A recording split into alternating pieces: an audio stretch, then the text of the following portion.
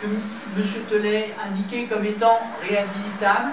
Alors nous avons fait le calcul entre 1975 et aujourd'hui, nous sommes passés de 110 commerçants à 12 commerçants. C'est un massacre économique. Le marché qui était aussi à l'extérieur s'est retrouvé à l'intérieur. Le marché s'est retrouvé ensuite coupé en deux pour y mettre quoi de l'autre côté? Une partie des centraux dédiés à LD Communication et à la fibre optique. Alors certes, la fibre optique est une avancée, mais était-ce le bon lieu pour y stocker le centre de télécommunication et le centre réseau? C'est une question qui reste en suspens. C'est sûr que pour la ville, ça n'a pas coûté grand-chose. Maintenant, on se retrouve avec un demi-marché couvert dans le centre-ville. Il suffit. Mais pour 12 commerçants, effectivement. Donc là, ce qui a été fait quand même, ce sont des ouvertures avec des stores qui descendent et qui montent. L'idée serait peut-être à ce moment-là, mais ça on en parlera peut-être dans la partie économique, mais d'un point de vue urbanisme, serait en fait d'utiliser ce marché couvert en lieu et place de la médiathèque actuelle qui se trouve dans la rue, de la mettre là, ce serait l'idée, et de remettre le marché sur la place de la mairie, en marché extérieur, et là faire peut-être. Ça c'est la partie économique. Quel serait l'intérêt de déplacer la médiathèque? D'avoir des locaux adaptés et pas en sous-sol, inaccessibles pour les handicapés. Oui, mais enfin, c'est pas un lieu c'est pas un lieu. Et si on veut faire vraiment quelque chose d'accessible, il n'y a pas de parking, on veut se garer, il faut aller au théâtre André Malraux. C'est pas vraiment accessible. Là, les parkings sont juste en dessous. C'est une idée. La médiathèque, il va faire des travaux, comment, si vous faites des travaux, tu en déplaces? Moi, je suis un peu perplexe quand même. On ne peut pas agrandir les locaux, on ne peut pas agrandir. À ce moment-là, il fallait qu'il pas faire les travaux. Je pense qu'il faut dire, non, c'est une piste. C'est une piste. Maintenant, nous, ce que nous proposons, c'est que on va les idées, tout le monde peut avoir des idées. C'est qu'à un moment donné, comment on lance des pistes à un moment donné, comment on y réfléchit, comment on le réadapte après dans une vue d'ensemble. Et je dis toujours, la différence entre le Telet aujourd'hui et ce que je propose, moi, avec mon équipe, c'est que l'ensemble des décisions qui seraient prises collectivement. Nous sommes pour y compris cette réunion, même si on n'est pas nombreux, mais c'est aussi normal que qu'on ne soit pas nombreux. Pourquoi? Parce qu'à un moment donné, comme il y a un verrouillage très très fort sur cette ville, je ne suis pas sûr que les gens que la population ait à l'habitude du débat et de la discussion. À partir du moment où tout le monde rentre chez soi, l'ouverture, c'est quoi? C'est le journal que vous connaissez certainement, avec... Bon, alors à un moment donné, je reviens à un autre truc, et je l'ai déjà expliqué précédemment, la démocratie participative, c'est une participation de tout le monde, à égalité, on est tous à égalité, et il y a la démocratie représentative, c'est-à-dire qu'au final, ce sont les élus que nous élisons, qui quelque part prennent les décisions, parce que quoi? Parce qu'ils doivent faire une synthèse au compte de l'intérêt général. Voilà, sachant qu'y compris, comme l'a évoqué Eric tout à l'heure, on a aussi des problèmes économiques, bien entendu, de financement, etc. Mais j'ai toujours... Moi, quand je vois d'autres villes sur ce département, qui, à mon avis, ont des potentiels, y compris financiers, y compris sous-gagnés, en revenus, s'autorisent à faire, à un moment donné, autre chose que ce qui existe. Pareillement, avec les personnes qui étaient du Chênay, je disais, par exemple, il n'y a pas... Quand on se promène aujourd'hui, quand on est au Chênay, le parking, c'est quoi? C'est tous les gens des alentours qui viennent au parking se garer, donc il y a un problème de sécurité, vous avez une poussée d'enfants, vous ne pouvez pas passer, les gens arrivent le matin, déposent leur voiture, la récupèrent le soir. Attendez, à un moment donné, quand on a la volonté de mettre en place des solutions, ça veut dire qu'on se bat avec la population pour, en fin de compte, par exemple, faire un parking d'intérêt régional. Le super métro est en train de s'installer, il va arriver, il va passer à Clichy. Nous sommes allés à la Réunion il y a quelque temps, avec y compris Mme Livine, à l'espace 93 à Clichy-sous-Bois, où il y avait la présentation effectivement de ce projet, de ce super métro aujourd'hui, qui va permettre de ne plus passer par Paris, en fin de compte, quand on veut aller Saint-Denis à Clichy-sous-Bois, il faut aller sur Paris pour retourner, etc. Donc là, avec cette tangentielle, c'est vrai que ça va être une ouverture énorme, c'est au niveau des transports. À un moment donné, il y a des gens qui vont aller jusqu'à la gare, comme ils font ici. Donc on a posé la question, il y a déjà effectivement prévu des parkings pour en fin de compte que les gens puissent mettre leur voiture là, et puis puissent aller au boulot tranquille, là-bas à Saint-Denis, revenir le soir, c'est en plus un gain de temps énorme de ce côté-là. C'est quand même incroyable que Ici, depuis le temps, c'est pareil, depuis le temps que je suis sur Gagny, que je veux Gagny, qu'on n'ait pas été foutu de mener en fin de compte une opération d'envergure, notamment auprès de la région Île-de-France.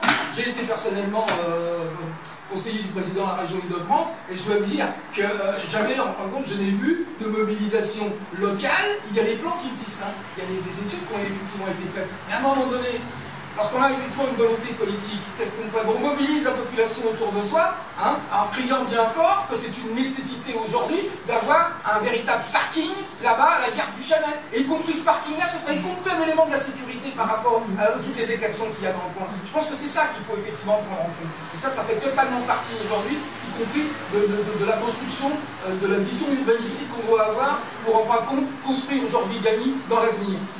J'ai beaucoup de respect pour la personne de M. Teulet, j'ai même un respect profond en tant que républicain sur les idées de chacun. Mais à un moment donné, je me dis, il faut savoir aussi poser les problèmes là où ils sont, parce que je pense que la population de Gagny aujourd'hui, je le dis, Gagny n'est pas une ville morte, c'est une ville qui est pleine de talent, c'est une ville qui est aujourd'hui malheureusement anesthésiée par en fin de compte une municipalité en place avec un maire qui fait du one-man show permanent, hein, et qui à un moment donné réfute toute responsabilité, prend pas ses responsabilités comme il devrait. Un centre aquatique, alors à noter que ce centre aquatique n'est plus sous l'égide de la mairie, mais il y a une délégation de service public, comme les marchés d'ailleurs, hein. C'est une entreprise privée qui les gère. Le seul problème, c'est que dès qu'il y a un problème, enfin, le seul problème, les problèmes arrivent, il y a par exemple les pompes à changer, là, et ben c'est la mairie qui a quand même payé. Donc où la délégation est totale, et à ce moment-là, l'entreprise publique paye et nous facture ces interventions, et ça ne peut pas être le personnel en délégation de service public, et puis la mairie qui continue de financer les travaux et l'entretien. À un moment, ce n'est pas tenable. Hein, et tous les ans, nous rajoutons 300, 400, 500 000 euros au budget pour financer cette délégation de service public. Donc il faut aussi que dans le budget soient clairement définies les priorités et qui fait quoi. Hein, au même titre que pour les marchés, les commerçants payent entre 40 et 50 euros le mètre, et en même temps, une délégation de service public qui n'a pas été renouvelée, qui a été par tacite reproduction, c'est-à-dire qu'au 31 décembre, ils n'avaient pas fait les papiers en temps et en heure, il a fallu que ce soit fait en urgence là, sur les délibérés, enfin, si j'ai bien compris. Il y a une délibération qui a été prise, je ne l'ai pas bloqué aujourd'hui parce que je crois que c'est la commission. Voilà. Donc ça veut dire qu'ils ne suivent même pas les contrats qu'ils ont en cours avec quelques délégataires. C'est quand même assez aberrant, et on se demande si les adjoints maires sont bien faits des dossiers qu'ils sont censés suivre. Finance cette piscine, qu'elle ait au moins un prix préférentiel, etc. Quand on voit les prix qui sont pratiqués, on peut se poser des questions sérieuses sur ce fermier. Voilà. En fin de compte, c'est à eux de communiquer ça. En fin de compte, il faudrait que Carilis paye pour avoir en fin de compte communiqué sa page de publicité. Parce que comme le journal est sur régie publicitaire, pour pas qu'il y ait grand-chose, par contre, il aime le journal que ce qu'il est. Bon, il appelle de tous les magazines, c'est vrai que, bon, je le répète, 645 photos de M. Teulet sur les 6 ans, à un moment donné, voilà. Mais j'ai quand même de la chance, hein, 2 fois. Puis il y a la fois aussi où en fin de compte on voit, je sais où j'étais quand même, et comme vraiment là j'avais trop important, il y avait Photoshop, il m'avait en fin de compte, j'ai dû mettre 2 fois et un petit quelque chose après, quoi, voilà, on va dire c'est des choses comme ça. Mais bon, c'est pas ça le problème, moi j'ai pas automatiquement... ce sont quand même des méthodes soviétiques. Ce sont effectivement des méthodes d'un autre temps de ce côté-là. Sachant que par exemple, lorsque vous prenez ce que je dis, il y a des voix de mesure, parce que dans le journal qu'on nous recevons, puisqu'il est conseiller général également, au conseil général, il est en photo. 2 fois dans le dernier numéro. Le Bichet, qui appartient à l'association des frères des pauvres, qui se trouve donc en haut de la côte de Bichet, qui est dans un état correct, donc c'est une association. Et l'église Saint-Germain, qui fort heureusement est dans un état satisfaisant. Dans le même ordre d'idée, nous avons quand même un certain nombre de parcs et de patrimoine naturel. Donc l'aqueduc de la Duisse, vous pouvez voir aussi le lac de Maison Blanche, hein, qui est qui est un des plus anciens, qui est correctement entretenu, mais il y a certains arbres centenaires qui se sont déjà écoulés dans l'eau, donc il y a quand même un problème de consolidation des berges. Le parc du château de Maison-Blanche qui est très bien entretenu, comme le parc de Gustave Courbet. Voilà. Quoique on pourra reparler aussi des terrains, enfin des chemins, voilà. Il y a pire, voilà, il y a pire, voilà. Bon, les étangs de Maison-Blanche, on a vu, même si c'est privé, il y aura quand même une action à faire. Bon, le parc de l'hôtel de ville, on n'en parle pas, c'est sous les fenêtres de M. Tellez, donc forcément, c'est très bien entretenu. Voilà. Et l'arboretum du Bois de l'Étoile, si ce n'est que c'est à peine 1 hectare, réellement d'arbres feuillus et divers qui sont plantés, tout le reste ne sont que des... Attendez, mais c'est pas mal. Quand est-ce qu'on pourra y accéder par la nationale Quand le PLU sera... C'est-à-dire? C'est une bonne question. En fait, non, il y a deux autres problèmes. On va passer à la suite. On va donc passer au PLU. Donc on a fait un petit raccourci de tous les événements qui se sont produits. En fait, l'initiative du PLU date de 92, c'est-à-dire il y a 22 ans. Donc en 22 ans, l'équipe municipale qui a succédé à elle-même, a été incapable de mettre en place un document administratif et juridique permettant d'avoir une vision de la ville dans les 20 ans ou 30 ans qui viennent. J'appelle ça tout simplement de la compétence. On ne va pas tergiverser sur les différents revirements, les recours des associations de défense de l'environnement. Donc, je ne sais pas combien de dizaines de milliers d'euros ont été dépensés en avocats, en plaidoirie, en conseil d'État et autres dossiers administratifs, architectes et comités de consultation. D'ailleurs, je ne sais pas, Jean-François, si tu as les infos en conseil municipal sur l'ensemble des coûts, la préparation du PLU. Oui, dans le budget. Donc, voilà. Tout bonnement, deux tentatives, 2 échecs. Si on passe, il faudra tout remettre à zéro, remettre l'ensemble des données à jour, refaire des comités de quartier, refaire des informations et repartir sur des bonnes bases après avoir consulté, de mettre en place, enfin déjà d'analyser tous les déplacements entre les communes et également de voir quels sont les projets, notamment avec l'intercommunalité. Donc comme on l'a dit, comme l'a souligné Jean-François, ouvrir le dossier du parking du Chênay, mettre en place des voies de bus pour faciliter justement ce plan de déplacement, donc dans les axes principaux, peut-être ici, qui est proche des gares. Les pistes cyclables, puisque c'est envisageable, on peut très bien envisager une continuité jusqu'aux berges de la Marne, dans un autre sens vers la Haute-Île, dans l'autre sens vers Montfermeil, le long de la Suisse, vers Villemont-Bléronie. Voilà, tout ça c'est à étudier, ça ne se fera pas forcément immédiatement, mais c'est un ou deux... les enfants. On est quand même une des rares villes où on ne peut pas aller aux 33 hectares. Absolument. Ou à l'autre avec ses enfants, sans avoir à traverser des rues et des routes nationales. Absolument. Bon, il y a des trottoirs qui ne servent à rien, on n'a pas besoin de deux trottoirs. Deux trottoirs très larges. Dans toutes les villes que je connais, il y a un trottoir qui est utilisé par les piscines. Tout le monde a l'air d'être très content. Une réflexion quelque part. Gérer une municipalité, gérer une ville, c'est dans le quotidien de chacun, de l'ensemble de la population. Voilà. Maintenant, je pense qu'il y a une série de choses qui peuvent se faire. C'est vrai que simplement, je vois, parce qu'on a gagné, on a les yeux ailleurs. Enfin, je ne vois pas pourquoi il n'y aurait pas.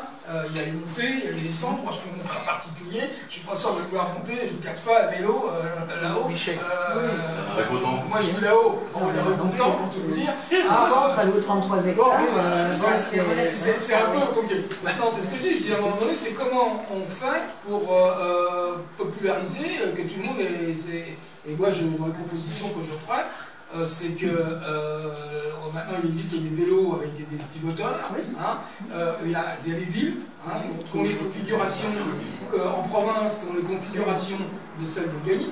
Alors c'est pareil, il faut trouver les critères pour pouvoir donner, mais puis il y a une subvention qui permettrait, ça existe à Paris, hein, sur la base je crois de 300 €, je crois, par achat dans des conditions données, voilà. C'est parce que c'est pas polluant, c'est parce que c'est du sport, c'est parce que c'est la santé, c'est tout ce qu'il faut. Donc ça n'existe pas à Gagny. Maintenant, moi, c'est une proposition que je ferai, c'est que tous les ans, il y a une somme qui soit allouée, hein, avec un tirage au sort peut-être, hein, parce qu'à un moment donné, il faut aussi trouver un moyen de comment tout le monde ne pourra pas satisfaire tout le monde, hein, mais sur lequel il y aura des critères à trouver pour que Gagny devienne une ville, qu'on puisse aussi voilà, fonctionner. Ça me semble extrêmement important. Alors c'est pareil, je dis, c'est encore des pistes qui sont données, c'est pas quelque chose qu'on dit on va faire. À mon avis, si on favorisera ce genre de choses jusqu'au bout. Maintenant, encore une fois, j'ai dit, je prends des précautions, je suis pas en train de vendre du rêve, je suis pas en train de dire on va faire, vous allez tout avoir demain, ça va être gratis et qu'on va le faire au soleil. Je dis simplement, c'est qu'on est dans une ville où il y a tellement de choses à faire, tellement de choses qui peuvent porter autrement qu'on sera disponible si on est accompagné, on sera accompagné, parce que quelque part, encore une fois, l'équipe décidera, parce que elle représente les élus, mais elle sera avant tout dans la concertation la plus totale avec l'ensemble de la population. Et ça se travaille, ça se travaille, c'est vrai que ça se travaille. Voilà. Je ne le cache pas, moi dans mon immeuble, j'ai compté hier, il y a 12 boîtes aux lettres, j'ai compté le nombre de télémagazines qu'il y avait, hein, il y avait 9 télémagazines, vous voyez, et ce matin j'en ai retrouvé un 10e, ça veut dire que quelque part, vous avez compris que le journal quand il arrive, y compris les gens ont pas plaisir à le lire, mais s'ils avaient plaisir à le lire, ils le garderaient, ils ne le mettraient pas immédiatement à la poubelle, quoi. Oui, mais c'est pas, comme tu le disais tout à l'heure, ce n'est pas un journal d'information, c'est un journal de publicité. Pour le passé. Vous pouvez constater, on est dans une avenue où il y a un passage et un débit important qui vient de Villemont. Monsieur Kelmejane se plaint qu'il n'y a pas d'autoroute pour relier la A3 à la A4. Lorsque les feux ne sont pas synchronisés, c'est les bus qui accélèrent, qui freinent et qui bloquent la circulation, et les voitures qui s'empilent les unes derrière les autres. Si on fait ce qu'on appelle une traînée verte, en favorisant la synchronicité des feux à 50 km/h, ça permet aux véhicules d'avoir et de rouler sur une grande distance à une vitesse en ville. C'est une régulation du feu. Une régulation des feux. Ça paraît anodin, mais si on synchronise nos 3 axes principaux par une régulation des feux, on fluidifie la circulation et on évite tous ces bouchons, et ça règle en même temps les nuisances sonores, la pollution et tout ce qu'on appelle le PADD, qui est inscrit déjà dans le PLU. Il y a une grande partie du PADD, je pense qu'on pourra reprendre, qui a été correctement fait. Les seuls points qui me paraissent être préjudiciables et qui n'ont pas bien été développés, voilà, c'est le développement urbain équilibré, puisque actuellement les zones pavillonnaires qui sont très importantes, c'est près de 70% du territoire, représentent en fait qu'à peine 45% de la population.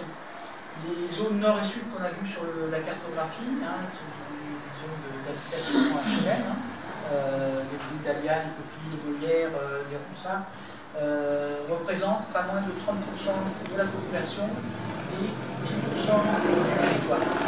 Voilà. Donc il y a une forte concentration. Et la mixité sociale et un développement urbain équilibré nécessitent également de revoir, ce que je vous disais en début d'intervention, des îlots verts dans ces zones urbaines denses, et également une mixité sociale. Alors ça a été commencé au Peuplier. Le problème, c'est que les appartements qui ont été construits le long des peupliers, où on a coupé, enfin, ils ont coupé les 40 peupliers, fait qu'on a perdu l'îlot vert, la mixité sociale ne s'est pas faite et la densité s'est accrue. Conclusion, on est exactement à l'inverse du résultat qu'on aurait pu attendre de cette action qui aurait dû prendre en compte. Voilà.